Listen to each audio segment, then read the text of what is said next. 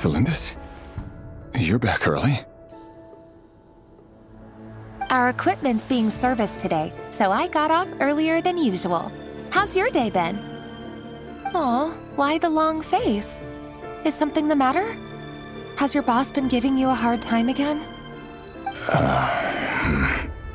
Went for a drink with Dane and the others after work. Isn't that a good thing?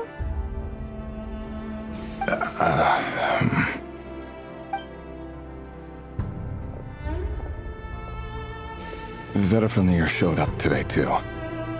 You know, Dainsleif's older brother. Ah, Mr. Rerir. Yes, I've heard of him. They say that everything he says ends up coming true. He overheard Dainsleif mention that I'd recently proposed, and seemed to have an issue with it. But when I asked what it was, he kept it to himself. So, you're worried? You can be such a child sometimes, Rerir. We're nobodies. Why would the visionary be concerned about us? I'm sure someone in his position has much bigger fish to fry. Maybe you're right. You worry too much, Rerir. We've been together for ages now, and everything's been going so well, has it not? You've even proposed to me. So, you do remember. Tell me then. What's your answer? Like I said, I need some time to decide. You can't just rush into things like this.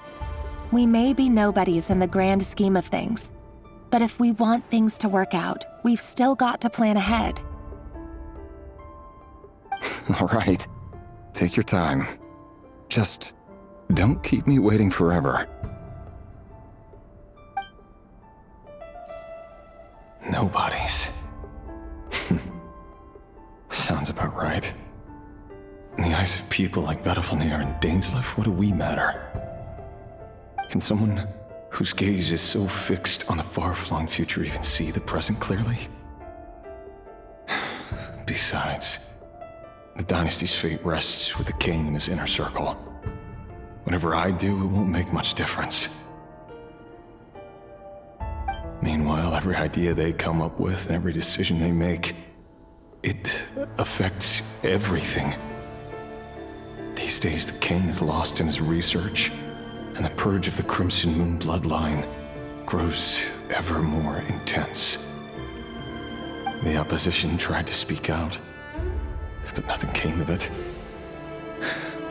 And I'm under no illusions as to why. Because we eliminated them and got rid of their bodies. A man can have 1,000 reasons to carry a sword, but there are few good excuses to use it. Yet the king has never even considered a gentler approach, and he never will. What becomes of someone who kills on another's behalf? Can he ever find true peace?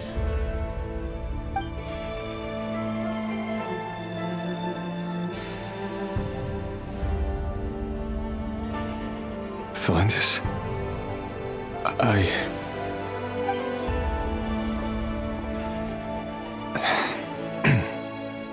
It's nothing. You were right.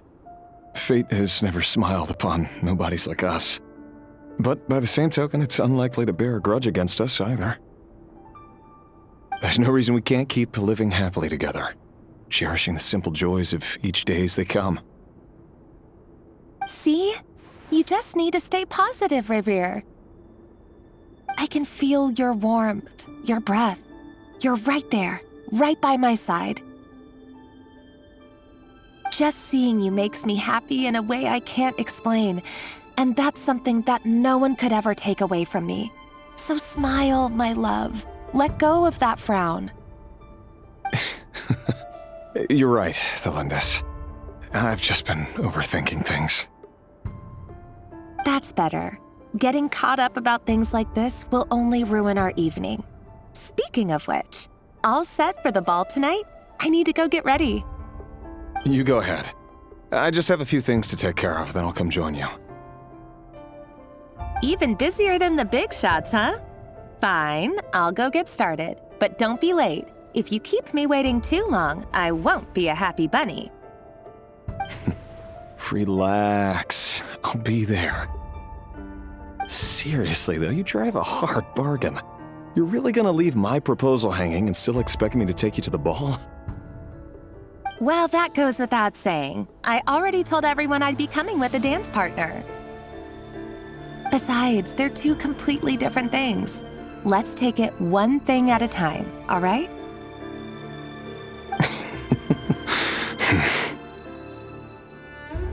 All right. White outfit it is. It seems like Rerir was deliberately hiding his ties to the intelligence services by giving the impression that he was just an ordinary member of the Venster King's Guard.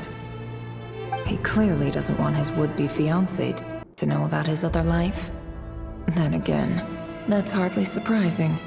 People in the intelligence trade rarely do. Who'd have thought we were in the same line of work? Let's dig a little deeper.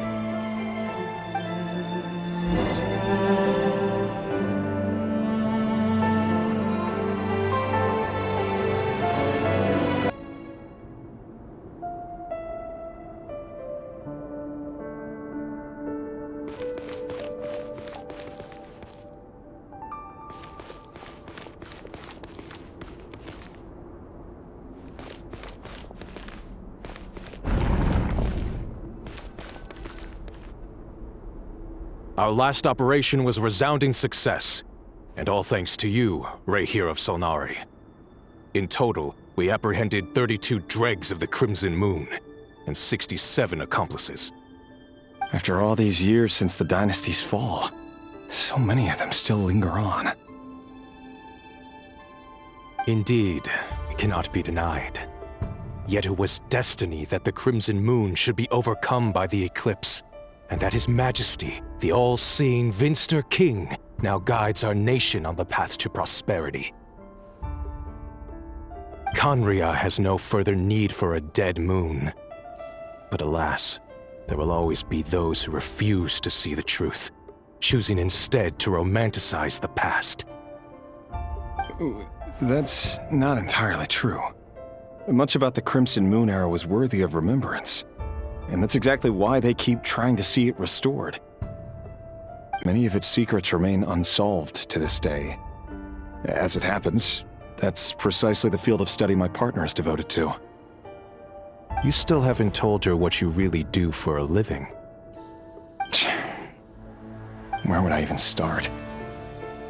How do you tell someone that you're one of the king's hand-picked executioners? That your hands are steeped in blood? You didn't choose this life, any more than I did. Orphans like us don't get a say. But I'll sure as heck be the one to pay for it. Speaking of which, we need to be more rigorous in the way we identify direct descendants of the Crimson Moon.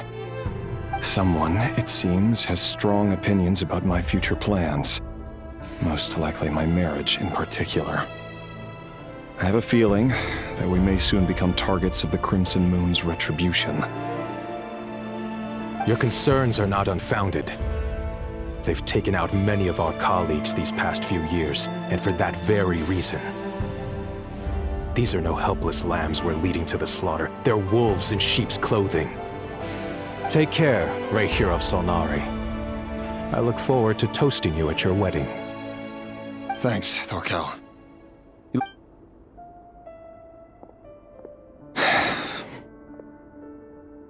Tholindis, I never wanted to keep this from you. You're the last person I would ever want to lie to. But that's exactly why I can't tell you everything. There are things you shouldn't know. The moonlit dynasties are a thing of the past. Yet even now, with the sun shining high in the sky, there are those who would call forth a dead moon's ghost. Could that be why Vedalfnir held back? Or was it because of some court secret he's not at liberty to share? I have to get a clear answer from him. No matter what happens, I will protect Tholindis. Rerir seems to be very concerned by Rerir's reaction.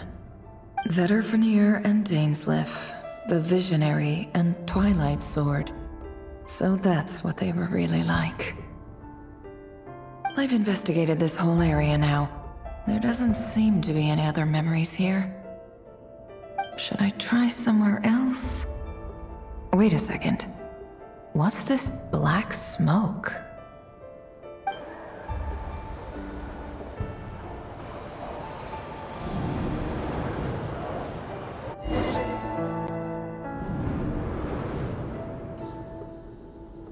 So, he's late after all. Just you wait, Rerir. You're in for it. Big time. Are you waiting for someone, ma'am? Could I tempt you into buying some flowers? Oh, sure. Pick me out a pretty bunch if you would. Thank you.